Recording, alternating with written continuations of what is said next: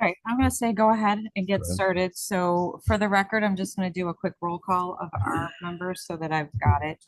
There are microphones on the table. They are live to the extent that you can try to speak to the microphone. In general would be helpful so that it can be picked up in the recording. There's just four on the table to share. I don't know how you can fit up there. There could be room for plates. How close do we need to be? You're probably good there, and most of you don't have trouble, Projecting. just using your outside voice. So just use your outside voice. You'll probably be fine. We'll get most of it, and that's fine for what we need to do. So we'll start with Tim Eagles, Present. Tim Labouthier, Present. Dave Quisenberry, Present. Bob Sanford, Present. Peter Van Beckham. Here. And I'm going to note for the record that Miles Brown and Sheldon Crosby are absent. And I got everybody for my members. Yes, I didn't forget anybody. Perfect. All right. We can go this again, an informal review for the Enclave development. Attorney Reeve, I'll turn it over to you to get started, and then just let me know what we need up on the screen. I'm happy to put up whatever you want to start with. Thanks, Shannon. For the record, my name is Robert Reeve. I'm a lawyer with Scully, Nix, and Reeve at 79 Main Street in Unionville. Here tonight on behalf of Crown Equities, which is a national housing developer based in Minneapolis, Minnesota. The principals in Crown, you met earlier, Tom LaSalle in the middle of the table and Jack Brandt down at the end. In a moment, I'm going to ask Tom to tell you a little bit about the company and their background and experience in this type of development. And then later, Jack will run through some of the architectural drawings that they've developed with their architect, I'll say their normal or their in-house architect. And drawings are really just under consideration at this point. Why we're here is to get feedback from you folks. They've recently engaged Jack Kemper's office. The drawings you see tonight, most of them don't have any input from Jack yet, but Mark Colbrath is here tonight from Jack's office, and they'll be involved going forward as we continue to revise the plans. Jason Williams, who's Jason? No, Yeah, from SLR. Jason's a land planner and landscape architect who works with Tom Daly, who's the engineer on the project. He'll spend some time going over the site with you because I know you're interested in the site as well as the architecture. So Crown has contracts to purchase a total of 65 acres. I don't know if you want to put your AIS up, Shannon, Sure can. any map will do. That map is from the Plan of Conservation and Development. So 65 acres are roughly opposite the intersection of Bridgewater Road and Farmington Avenue. I'm sorry, yeah, at that intersection, kind of across the street from where Brickyard Road comes in from the north into Farmington Avenue. So if you're familiar with the Anthology Assisted Living Facility, which I think just changed its name to Riverbend on the Farmington, the properties are just to the west there and then to the south, and they extend all the way down to the river. The parcel closest to Farmington Avenue is known as 3 Bridgewater, and the current owner of that is Waterside 10, and that's Peter Fishman's property. Peter was at the TPZ meeting last night, and we're expecting him tonight, but he's not here yet. And then the parcel that, and Peter's land is next to Anthology to the west, and then also right behind it where Shannon has the cursor now in that wooded area. That's all Waterside 10 property. To the south of that is the old sand and gravel operation, White Oak, Roger Toffelon, and the current owner of that is Plant 17 LLC, and that's Stanley of Mizzy Construction's property, and Stanley's here tonight. So I'll tell you about the zoning that you might be somewhat interested in that. The 3 Bridgewater is currently in the senior active adult zone, and it was actually approved for 32 units of senior apartments probably 7 or 8 years ago now. And the thought was maybe Anthology would be interested in developing that. That's why Peter Fishman did that, but that never got built. So that land is vacant. The 1179 Farmington Avenue property back along the river that Stanley owns, that's in the earth excavation zone, and the mining is over, so that's no longer ongoing there. If you're familiar with the zoning regulations, about 5 or 6 years ago, I'm gonna guess, when Bill Warner was the town planner, the TPZ adopted something called the Midway Development District, and that's defined both in the plan of conservation and development and in the zoning regulations. And it was done to try to encourage and also guide development in this area of town, which is one of the last large, remaining undeveloped areas. And as part of that, it was felt that it would be appropriate for your board to have input into the design. And I think you had input on Anthology, if I remember, Shannon. Yeah, Probably Anthology predates me. I know Does they it? did Yeah. I know they did for the Yeah. Midpoint. Yeah, next door. Yeah. The Midpoint development. I Yeah. know they did. Yeah, Anthology, I think it was about the height. We Sure. went over the height there, and so we came to you folks, and I'm sure at Jason's office worked on, I call it the Abe Cahoon piece there. I Yes. forget the name of it, but just to the west of our property. Correct. So, yeah, so you saw that one. So the Midway District's, it's an overlay zone. If you have a project that the TPZ thinks is appropriate to change the zone, that zone lands on your property. And it can only be on these three. There's three or four properties, I guess, on the first map. There's called the JRF property, right up there to all the way to the left. And then the Waterside 10 land, and then the Plant 17 land. So those are the whole entirety of the Midway Development District. So if the TPZ approves this zone change, then you land that zone and the underlying zoning. Mr. Fisher is here, Peter. The underlying zoning gets changed, so you develop under the criteria in the Midway Development Zone. So Tom and Jack and their compatriots at Crown have been studying and investigating this property for over 2 years now, and they're really committed to building a project that's going to enhance both this location and the surroundings. And Plan of Conservation and Development talks about extending Bridgewater Road and connecting it to eventually to Melrose Drive. And there's another road that runs behind the temple, and I forget the name of it. Central Way. Central Way, yes. So if this is all approved, there'll be 2 connections to traffic lights, both at Melrose and at Bridgewater. And it'll run, that public road will run all the way behind the temple, all the way behind with the Waterside 10 property you see up there, which is now Anthology, and then out along by the Goddard School and out back to Farmington Avenue. There will also be a connection of the walking path that was put in when Anthology and the temple were approved. There'll be connections there, and we're going to connect over to JRF management piece because their approval required the walking path as well. We're considering a mixture of housing products, everything from apartments to townhomes to single family homes, and both rental opportunities as well as ownership opportunities. And these folks will give you some more detail on that as we go along. So the goal tonight is just before we file the formal application with TPZ, when you'll get the formal referral, we thought it'd be appropriate to come in and chat with you first, get your thoughts, get some feedback, and hopefully collaborate on something that will be work for the developer, work for the property owners, and work for the town. So with that, Tom LaSalle will tell you a little bit about the company, and then we'll get into the details. Thank you, Bob.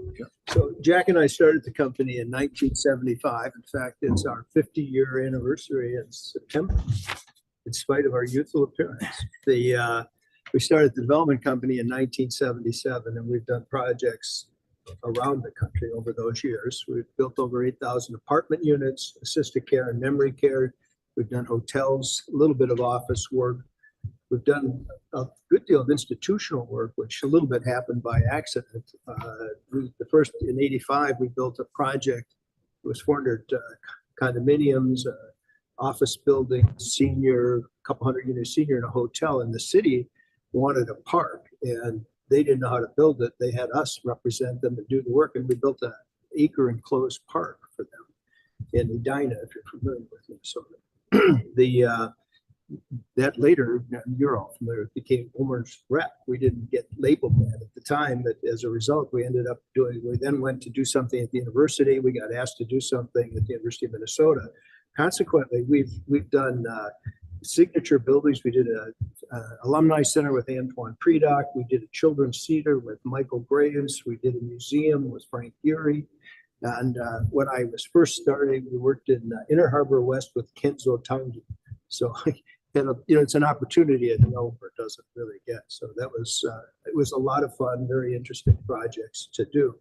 So we've built a lab building. It's an incubator with the University of Minnesota at St. Paul, which we run now. We manage it because they had trouble running it. So, we've been at this a long time. We have over 500 employees, and we're very excited coming here. We really appreciate your coming and spending time. We didn't come here tonight to defend design, rather to get input on design. We think your local knowledge is invaluable to us. So we really appreciate you spending the time. And, we've been focused on site plan much more than unit design. So we're getting started there, and this is a great way to get started. So you want to take them through the site? Sure. Can I come up to the screen? I'll talk really loud. Yeah. Absolutely. So we're really in working phase right now on the site plan here. We've done, we delineated all of the wetlands on site. That's perfect right there. It's going to take a bit for it to come into focus. We had trouble with that last Oh, night. that's right. And this is the condensed one that Tom sent. So, Oh, this is the condensed oh one. yeah. So maybe we go to the next one and wait for that to go. That one. This one. Yeah. Yeah, it's going to take a bit to come into sharp. It'll It's a lot come. sharper. It's going to, you're going to have to give it a minute. I could talk about essentially the vision for it. Essentially, as was mentioned, Bridgewater Road continues down to a roundabout and then makes that connection across to Central Way. As a main roadway connecting to Route 4, our vision is to, plant this roadway with an alley of trees and make it really something special, providing green space, maybe small stormwater infiltration elements or rain gardens on both sides of it on our site.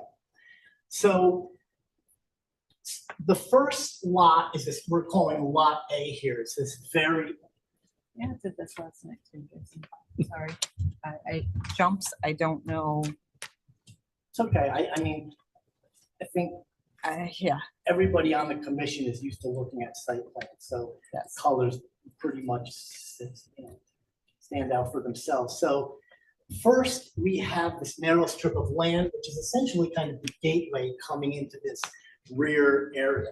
Now, from Route 4, you really can't see any of this because of the existing buffer to the east of Anthology.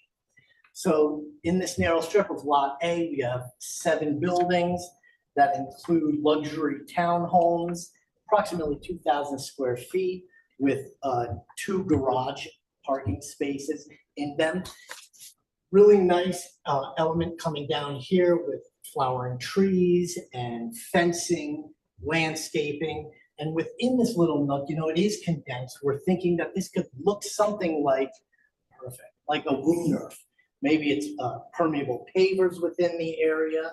And while, all of the tenants can walk between these areas, it's really nice because you can actually see your neighbors.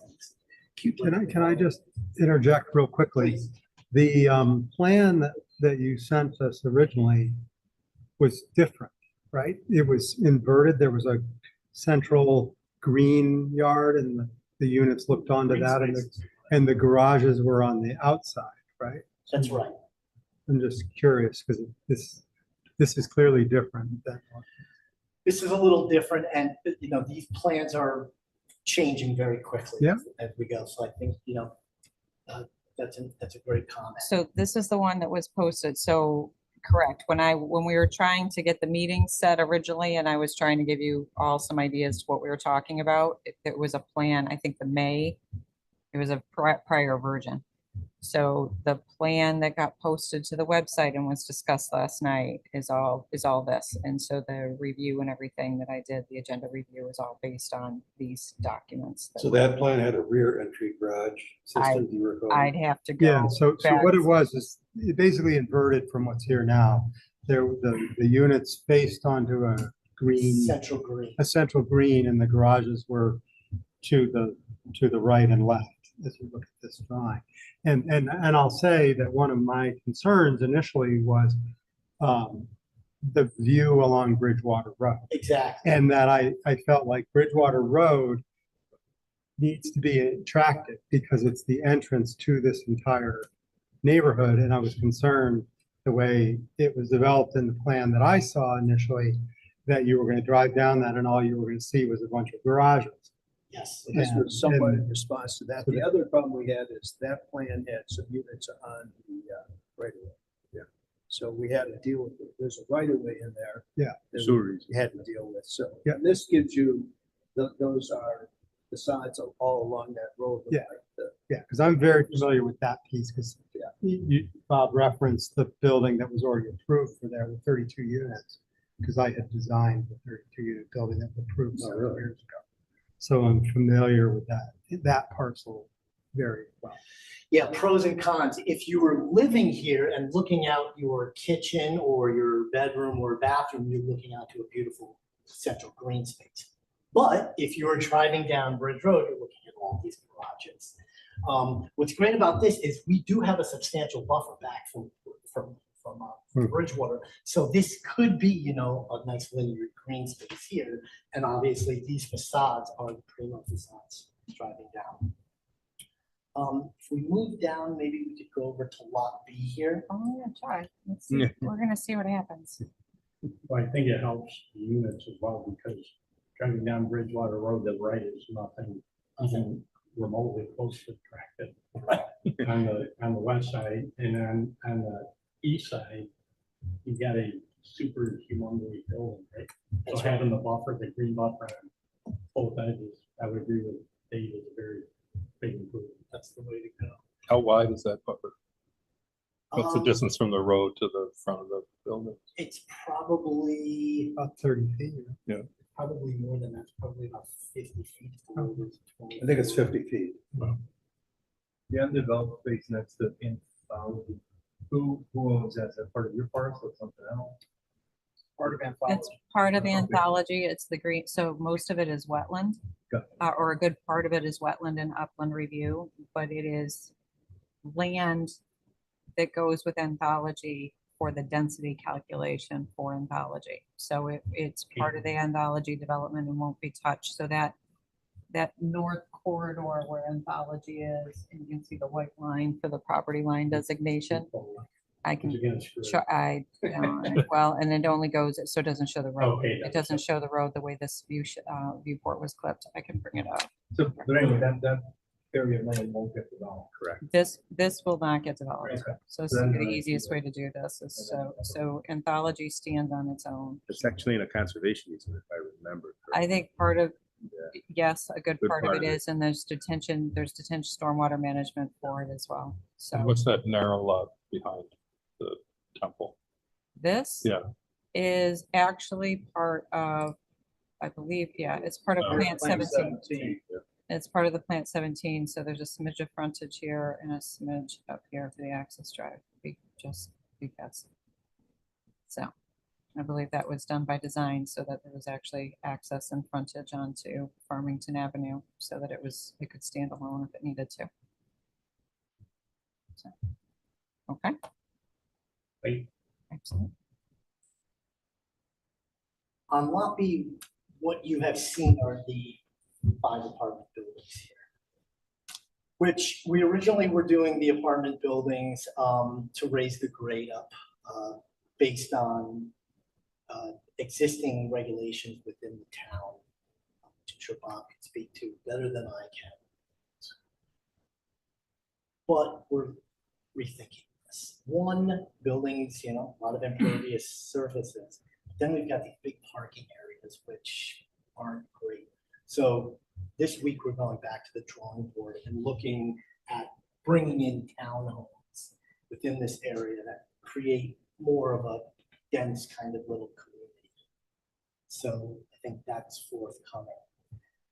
This last site, Lot C, which is just to the bottom or within the peninsula here, we've looked at it a number of different ways, but it essentially includes approximately 73 single-family homes that would be in a condo association, so you'd own your home. Everyone would be a part of the landmass. These are luxury single families, 2,000 to 2,500 square feet, with lot widths approximately 60 feet to 80 feet wide. We've created this roadway network so that everybody within their individual homes has a street that they are on, creating somewhat of a sense of place. We're maintaining the 100-foot vegetated buffer to the Farmington River. We have a central clubhouse here, and really creating this kind of greenway corridor in here. That includes trails that link to the other projects, as well as trails down to the existing pond here for canoeing, kayaking. Are those two residential units just above the clubhouse? Yes, So they kind of occupy that green, right? yes. So green is just really for private homes.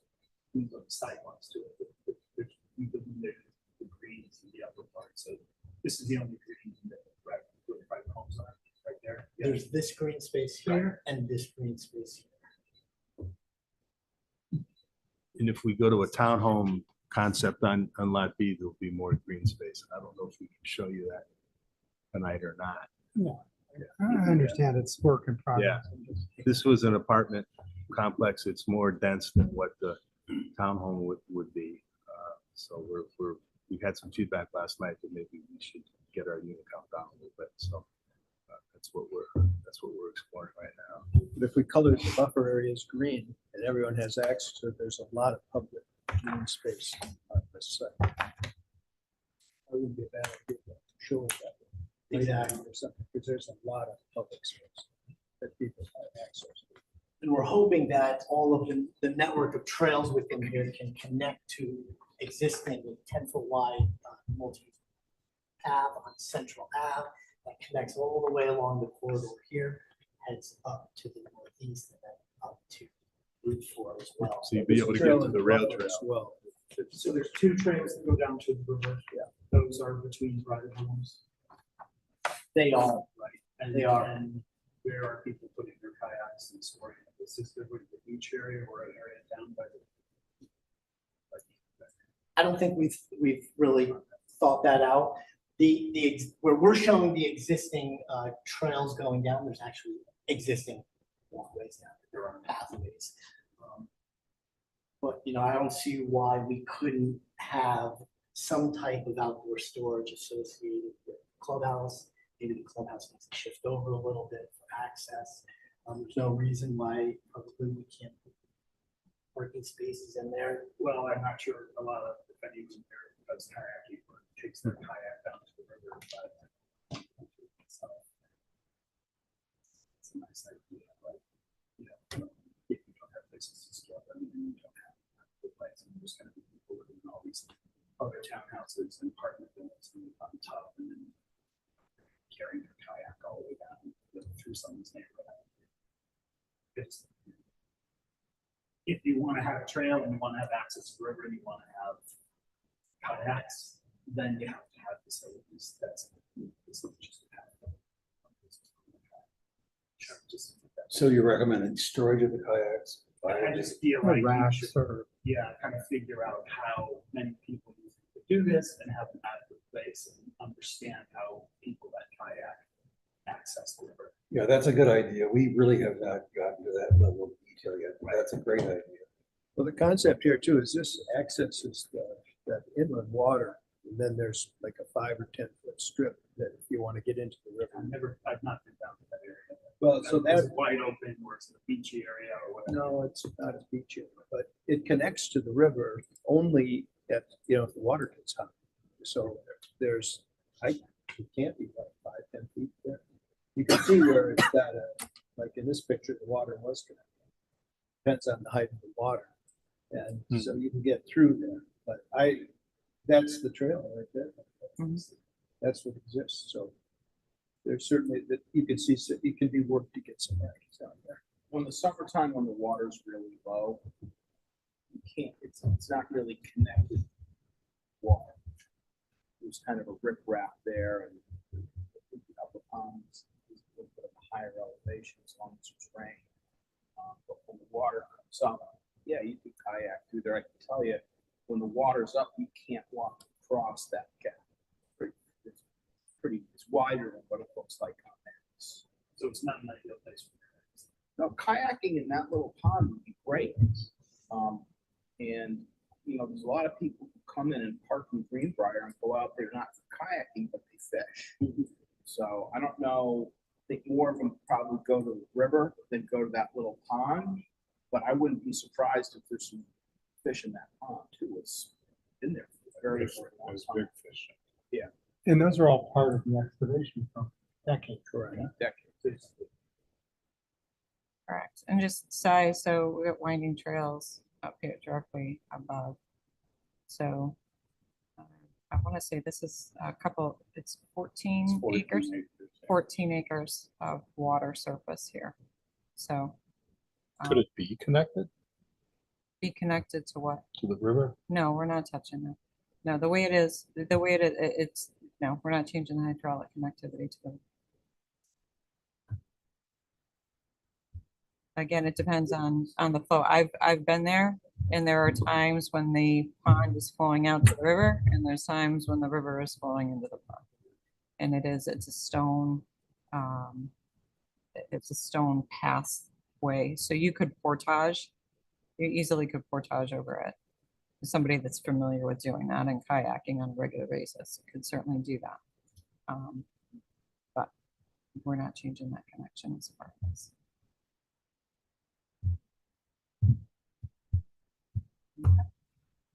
But you touched on access to the river briefly, but what about any kind of walkways, bikeways along the river? When we were looking at the midpoint development several years ago, that was a big thing.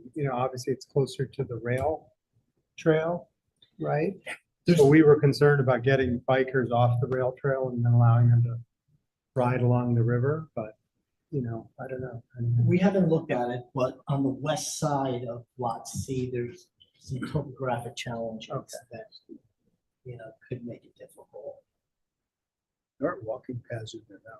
Yeah. And our understanding was you wanted to keep that a little more rustic. Well, my understanding is the intent is to connect to, so if Midpoint is developed, if and when Midpoint is developed, the trails that were conceived for, let me get back to where I need to be here. So Midpoint development, right? The trail comes all the way through along this river edge. It's not right on the river edge, but it comes, we dropped the trail and then the path serpentines into the site, comes along, and it basically dead ends here with a connection that comes north to Farmington Avenue. There was a full sidewalk here along the frontage, and I believe there's sidewalk that is programmed here for in front of the Bridgewater development. So the intent would be then for this to get picked up and continue down along in this fashion into this development and continue along and tie into, to have some riverfront access and then also tie into Central. So that's that's the intent and what is loosely discussed in the POCD, and there's various mappings in the POCD. In the original one that you had sent, it seemed like the trail did continue through development straight through, and is that? right? It's Is there, that it's along that boulevard. Right, yeah.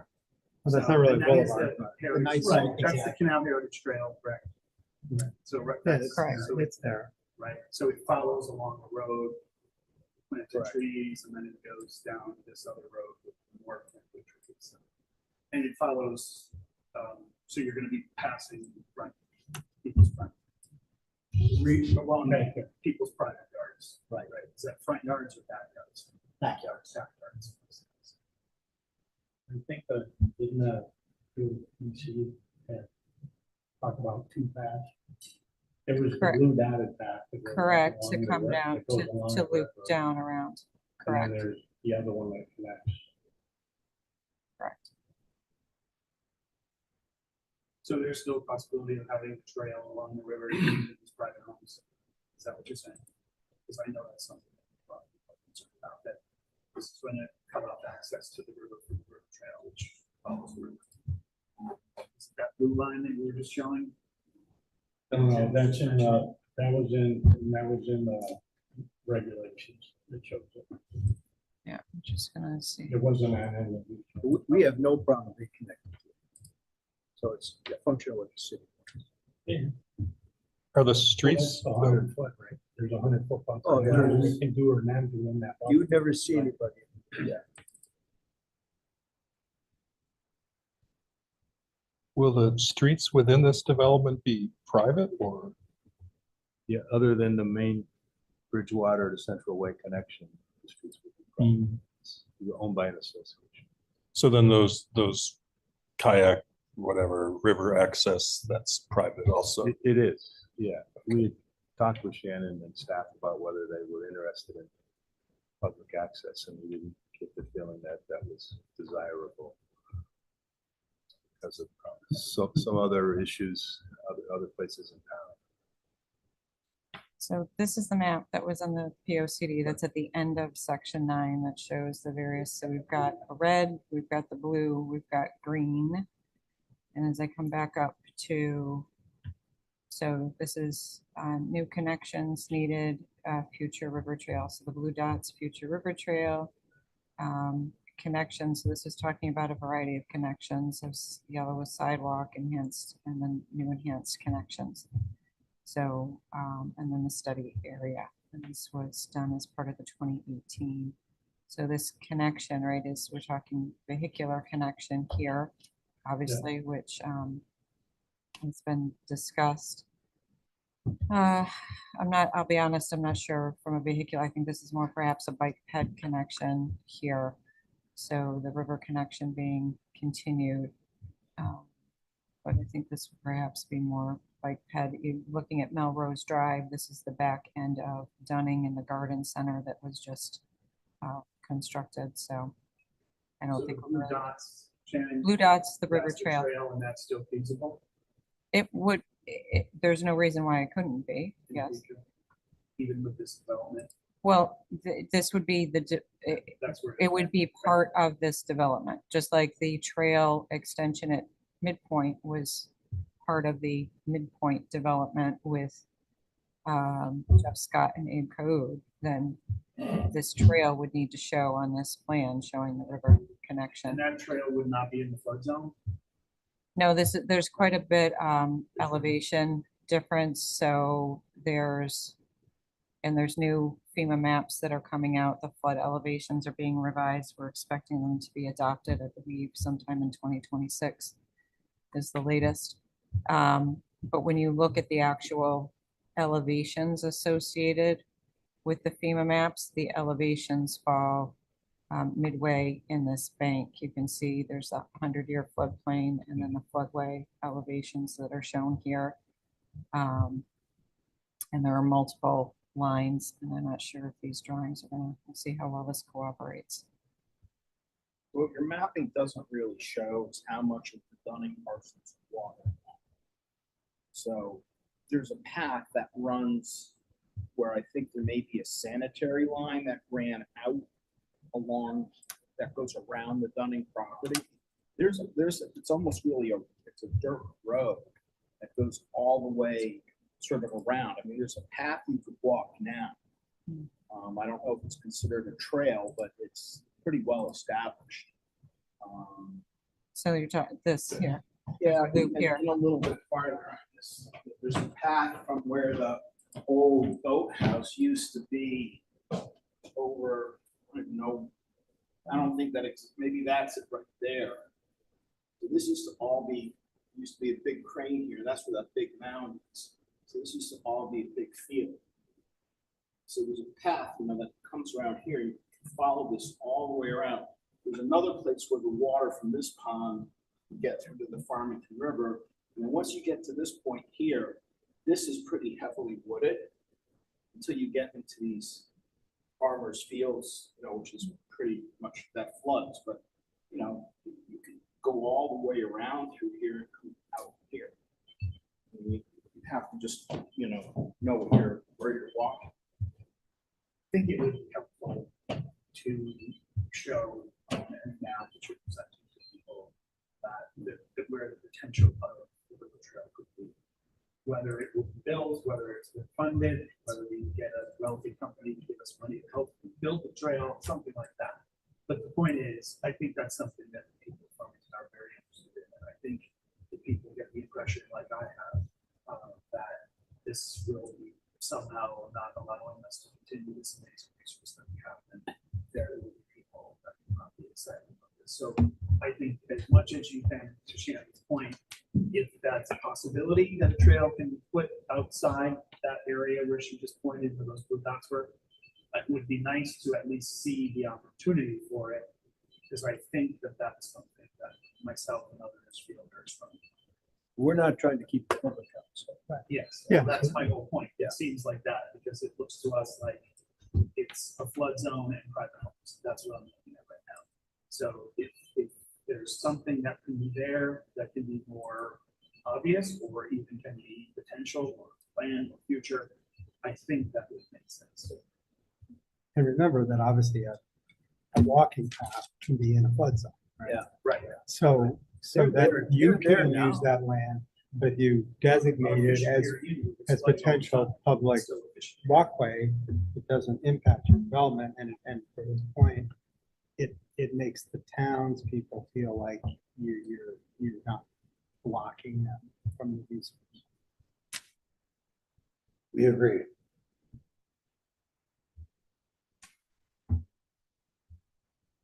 Relative to the condominium concept, I mean, you talked about this as like lot A, lot B, lot C kind of thing. Not that it really matters, but are you imagining that it's all one condominium, or the single family homes are a condominium, the townhomes are, probably several broken, Three kinds. different, yeah. There's too much distinction. disparity. Yeah. So the townhomes on B would not be rented. It would be is the rental. So no, that wouldn't be. No, well, we haven't decided. They'd either be, built to rent townhomes or for sale. Right. Financing right now is bouncing all over the place. Town area, that's Nobody's doing it. And what I find, Tim, I moved out of Devonwood, and I'm in a townhome community here in town now, and I find that some of them to just, lawyers and doctors and people like that rent them. They don't, they're not designed. So you're suggesting they bring in riffraff? But no, they're perfectly nice people. I'm just saying that when you say rental, people rent their homes, right? Well, People versus rent- these guys renting the whole. No, I understand what you're saying, but I'm saying if they're intending to sell the townhomes, they're still would be rental people. Because investors will come in and buy some of these for sale units and then choose to Sure. rent them. Is there a requirement for affordable? In any way, shape, or form? And It has, is there a requirement? And not necessarily, because it hasn't, the regulation hasn't been written. They have discussed, Bob or Tanya, if you want to share your thoughts Yeah, on we're- how you're we're- going we're to looking at accommodate that. And Shannon's helped us find the source for financing. So Great. It's called the Build for CT program. So rather than using the 8-30G umbrella, Build for CT piggybacks on the financing that would be used for this development anyway. So it's another financing arm to accommodate some affordable units. So I believe if it's going to be accommodated, it would be in the Lot B section. Is that correct? Correct. At least that's how it's envisioned at the moment. We've had conversations with Build for Connecticut, and it's a very unique kind of program. Typically, these affordable units are done with combination of tax credits and soft money and so forth. But the Build for Connecticut program is actually similar to other programs that there is now in effect, and that's the program that we use. There are some issues with that in terms of the fact that it's subordinate financing to the primary lender, and not all primary lenders will allow that. So that has to be resolved because, at some point that we would, the intent right now, if we work with that program, is to provide affordable housing. It's a very good program. So if we can get a lender to accept it, we're very interested. In this current concept, which I think you already said is changing, the small slender tan rectangle for those detached garages or the carports. Yes. We're in this. This is the plan. Shannon, maybe you could pull this up, the townhomes on Lot B. Lot B, sure. This plan right Let's see if I can.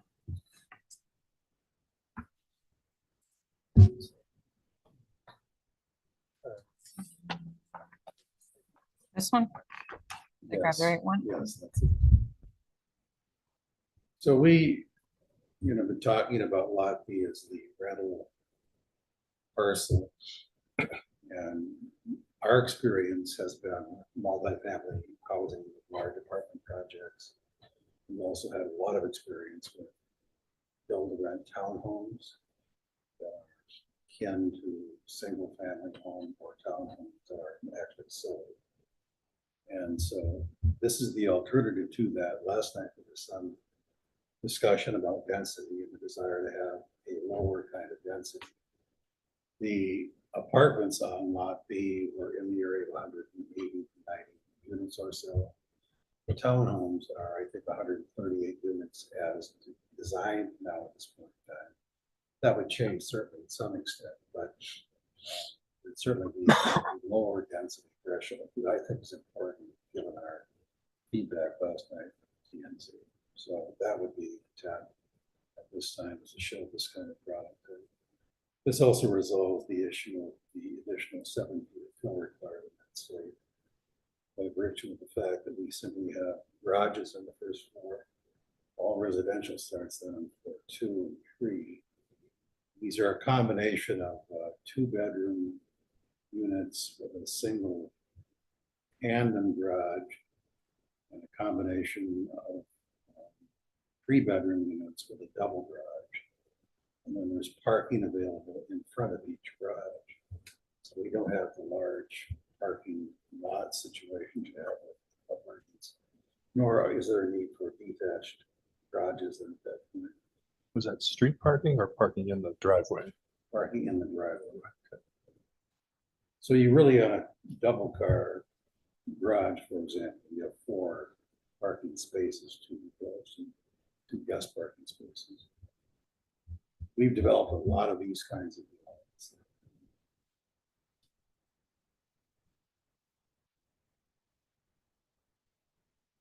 But you don't have plans to show us. We do have plans. We have a site plan showing the townhome. I think we do, yes. Did we send you that, Shannon? Would have been maybe over. No, we sent you that. I got a lot of stuff. It was probably the last email you received from Tom. Actually, we're gonna relay that out to the. So I've got, I just jumped over to P and Z to grab the POC. Let's see what I got.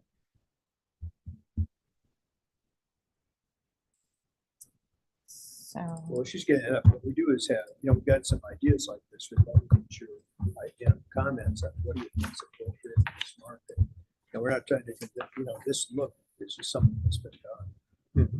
Right. Does it, you've got this, local- no, this doesn't, do- this is, yeah.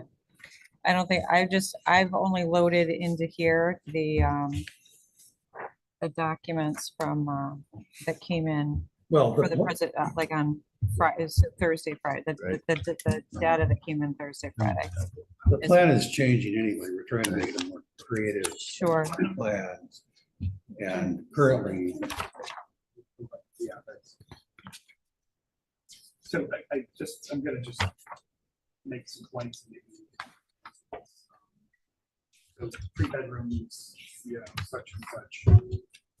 Just interested in more the recreational aspects of that. I'm trying to picture myself living here, and I'm looking for an area where we're gonna congregate. I'm not gonna go through all this now, but I just had originally thought of this property for years and years. We talked about mixed use. That's mixed use, I guess, in this definition is different kinds of housing. Apartments. That being said, I'm looking to see where benches will be. I'm looking to see if children will be here. Is there a playground here? Is there a gazebo, which we have in Greenville? And we are our historic New England town, places to congregate. This development to me, it's all buildings and it's all paved. And I like the first one because it did have a little green in between the buildings, but that's gone. I just feel like one pool for thousands and thousands of people that are gonna live here. I just feel like,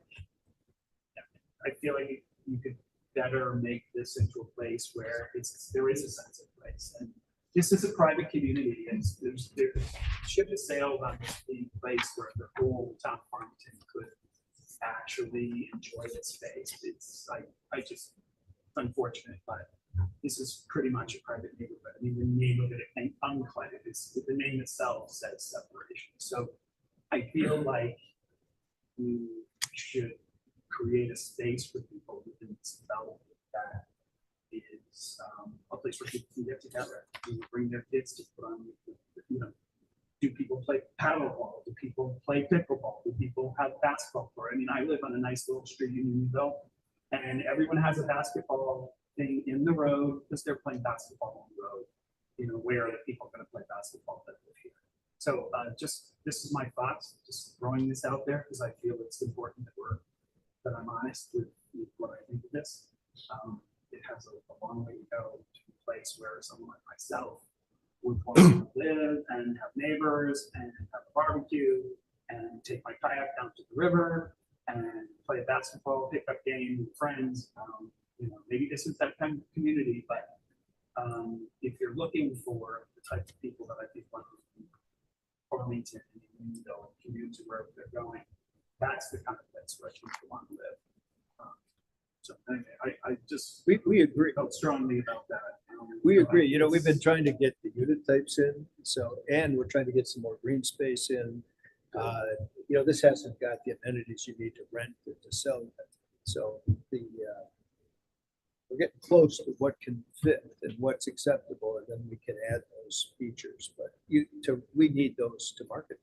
Yeah, I understand. Yeah, you're right on that. Yeah, I get it. It's an evolving thing. I just feel like it's. Well, I just want you to know we agree. Good. We just haven't gotten it.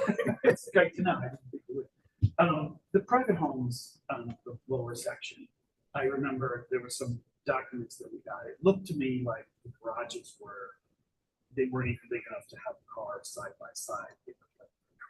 Is that, can you tell us a little bit more about the private homes?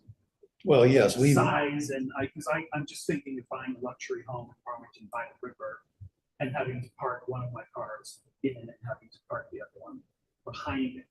And my question is, why would anyone want a luxury home by the river when they can't have their cars side to side? And is that just because you want more houses there? Or is that, tell me why one would buy a house where they have to park their cars that way? well, this depicts 60-foot lots. The new one depicts 80-foot lots. Okay. And we can put up to a triple car garage on that plan. Actually, the plan that we had for the single family on the 60-foot lots had a lot of side entry garages as well. And those allowed for up to a triple car garage also. So the 60-foot lots are not something. Well, I think, you know, we are multifamily developers. We're talking to a variety of builders right now about working with us on the project.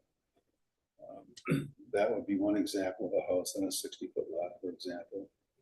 But we have a similar project in Minnesota that's 752 units, and on that project, we're working with a national builder. They converted all the 60-foot lots to 80-foot lots to create a higher price point, create couple car garages and so forth. So that's an example of a lot of a house with a couple car garage on a 60-foot lot. But I think we will have primarily 80-foot lots, but some 60-foot lots to bring different price points.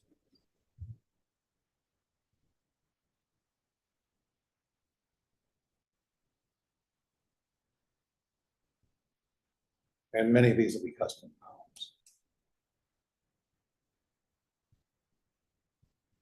Yeah, I think in New England, Farmington, neighborhood is variety, right? And not all neighborhoods are variety because they are planned neighborhoods, all got built at the same time, but you know, variety like you guys are showing here is kind of what makes a neighborhood. I mean, that's a 60-foot, that's on a 60-foot lot, for example. And that has a double car side entry. Yeah. We've developed actually rental townhomes with triple car garages in the past as well. Do that on the side, for example.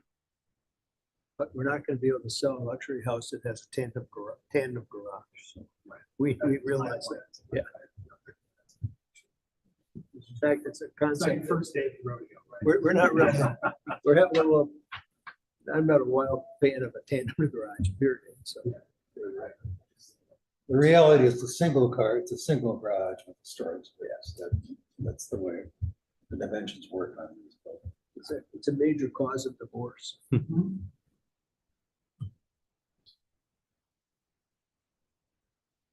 So that's the full complement of the single family home options that were shared. And we're working with Jack and Mark on developing other single family plans to show to you as well. Yeah, I think variety is pretty important.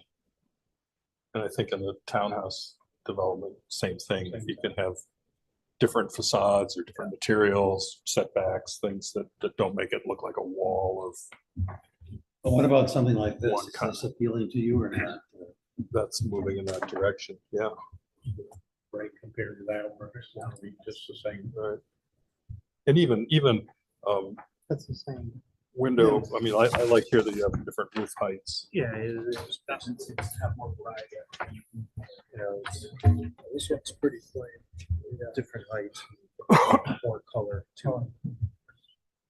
Yeah, and you're showing different, Yeah. well, I think different, So it ends up different looking windows. like row houses Yeah. instead of looking like a single block of building. And those units have garage doors, have them down because of the boiler or. Well, You have to have the flow. The garage door is right here on the first level. No, he's asking about because of the height. Yes, is the answer. They'd have to have escape. What Tom had the name for it. Flood. Water will flow through. Yeah. The flood relief. Flood. It's our 70th anniversary this year. Of our flood. How you think considered coming down, can tell you all the homes that were here that were washed away. Yeah, we'd rather you didn't. We have So, dams now. my understanding is that they're revising now, so I don't know. 7 years, this whole area was.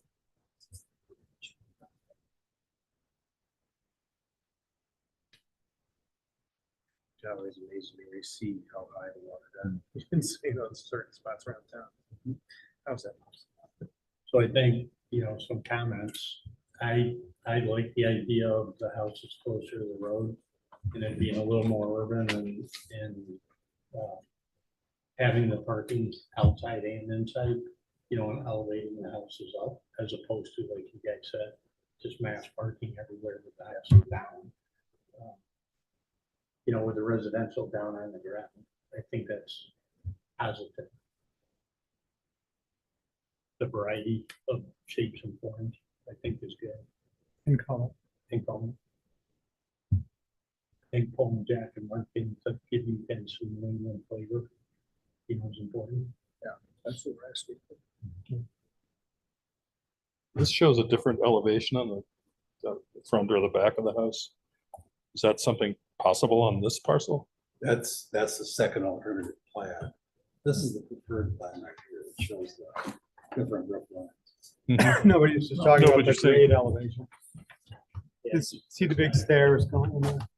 That's a renderer's Liberty? liberty. Yeah, okay. So you're going out the back door out the garage. Well, You're not going to a raised thing in between the units. Which would be really cool. Fairly level property, right? Yeah. That's how I know it. Roof Right, this garage. would be in here, We're missing a lot of dirt. right, because that would be these buildings in here, right, in the lot B. Yeah. So it's gonna be, right, the whole thing will be They're platform. 5 units. 5 units of building.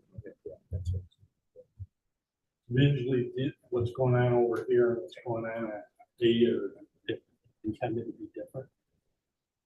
In the look or Yeah, look, the feel Yeah. of what these guys, these townhomes are, and what's going on here. Those are 2 floors in the A. So, 2-floor unit. Got it. so they look very different. Shannon could actually pull that up for you, I believe. It's lot A. We think they're different markets as well. And the lot A is ownership, correct? Mhm. So this is lot A. And I would comment just back, Shannon, can you back up for a second? course. That rendering right there? Absolutely. I would comment that, like we commented on this, I like how integral the garages feel. When I sat down here tonight, there was a drawing, a hand drawing, I think that might have been one of Jack's drawings on the top of the file. And the garage elements seemed like they were very stuck on. And I'm just gonna say, I like the fact that the garage is an integral part of the massing of the building, as opposed to you have a home and a garage and it's sitting out in front. It's like, just, you know what I'm saying? Yeah. It's just, Yeah, they were looking at whether to have first floor. I think master it's bedroom. pretty cool. It's integrated into the mass. It's hard to make a townhome look very attractive, frankly, as you well know, with double car garages. I mean, we think we've done that actually with this plan. I think it's No, pretty attractive. that one, I think so. Back, the elevation thing, I live in a townhouse here. And in my development, there's about 4 buildings that are built into the hill. So I essentially have a walkout basement in the front. And I like it because what it did is it gave me more space, because now I park in my basement. But they commented on how difficult it is to sell those units, because most of the people are, moving out of their big house. They're empty nesters like I am now. They're looking for that sort of single floor living kind of thing. In my unit, I come in my garage, I come in my front door, whatever, I have to immediately go up the stairs. And they said, I thought it was a feature. They say it's So we're pretty, something that people don't like. we design them so you can put elevators. Yeah, that's the way mine is. And Yeah, I have it as a pantry because I need an elevator. But the reality is, no, they, Johnny Carrier built my unit and he planned it that way. And I think it's awesome, but, we've had neighbors Would come you like to and buy say, 10? oh, yeah, we don't like it. What? Would you like 10 of them? Yeah, that's always the problem in market. Yeah. People love and hate. Right. Yeah. Do you want a big garage or do you want a wheelchair accessible? The problem is that age, you can't always anticipate that you're going to need to open. It's, watching my parents age has been very, very difficult. My dad years ago and had Parkinson's in the end, was couldn't stay at home, even though they were on one floor of living, just because it's impossible. And, at least having that option, having some of the units have an elevator, allow people who are in these units to be able to stay there much longer. They may not want it. I don't know if the option becomes something can add later on. But, it's a great thing to be able to have. So you can add, there's real variety, which you can do. Well, on the last plan, we actually have a space allocated for an elevator. Put an elevator in here off the floor. So and the solutions are not so expensive. So I would suggest you guys look at, besides citing some alternative materials, brick or stone or some other stuff that makes sense, which is very. Yeah, we've talked about that. We don't see much stone in this market. It's mostly brick. Is that true? Does that stay away from stone? No, it's just, yeah, there's not a lot of, round fields. It's not Yeah, just as what you typically see. Yeah, it's more stone. But not as much. There's definitely more brick. One of the most beautiful little townhomes in the areas in Unionville. Dennis, what was Dennis's last name? We used to be in there for 6 months at the very Fisher. beginning. Yeah, Maple Avenue. And Maple Avenue, that's absolutely gorgeous, which Jack's gonna know which one that is. Can you talk about the brick town one? Town. Yeah, there's one that's not so nice, Apartment buildings? right, and there's one that's gorgeous. Yeah, they're built by Chuck's house. One of their employees. Right. You know the name of that project? It's not a, So, It was built Ancient by project, Jared yeah. some years ago. I think it might be 50, Yeah, yeah. 54. But just, Jack will know it. Yeah. It's just a good inspiration. Maple Avenue. So I'm on Maple Avenue. Oh, there you go. So just That one on the right there. this one or? Yep. All right, let me, Yeah, there is. well, I can do this because I can bring it. I can drop in. from here.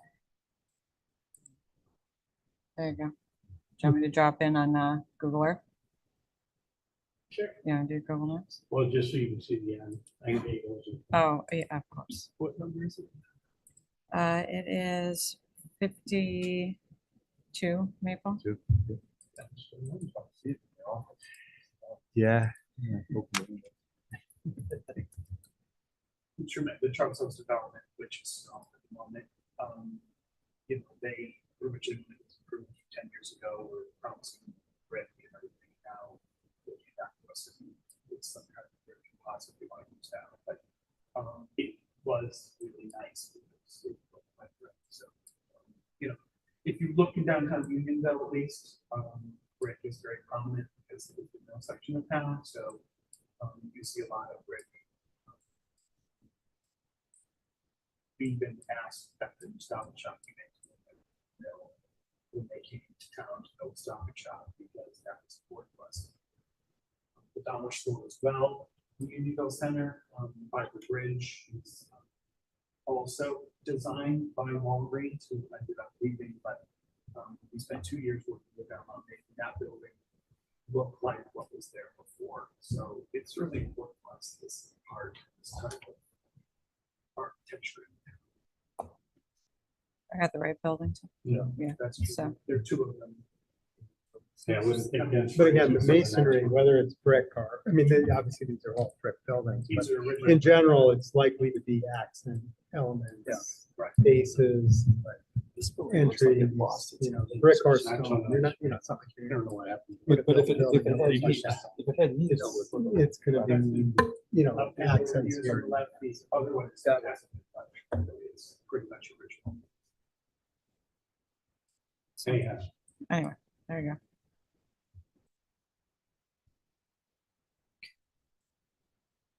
Well, we're, as you can see, a work in progress. Yeah.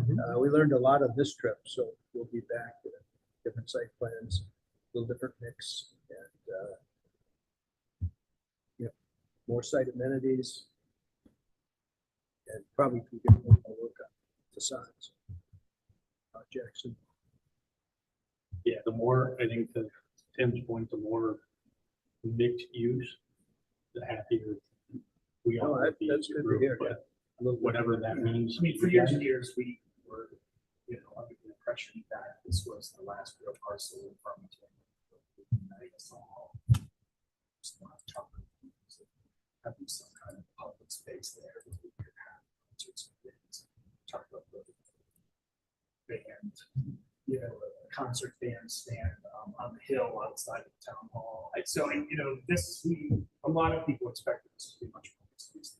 I really thought that this would be something that would be some retail and some, you know, really like some of the more interesting places in Charlotte and those places that I think. So, you know, this is really just all residential. And I'm just really surprised. So anything you can do, I think, to make at least the people that live there seem like they're going to enjoy recreation and have some open space. That's really what. There's the, I think one of the things in the regulations, it talks about people not getting to get in their car to go do things. Yeah. And you're gonna have to get in your car to do literally anything. You're all gonna go to. So, or if you do the midpoint, you walk over there for a couple. Because that was what they were. Number two, creative and proactive planning shall integrate complementary mixed uses and create a sense of place where people can live, work, shop, and play, thereby reducing dependency on the automobile. That's what I was expecting as well. So I see a little bit disappointed it's because well, yeah, since it was written, people are now working from their homes, and the restaurants and commercial are not making it in these areas. A lot of empty first floor commercial. We have had some. You know, I put so many build your own pottery stores. We are showing alcoves in certain buildings as well for desks and things like that, building desks. Areas that could be utilized for a home office type of environment.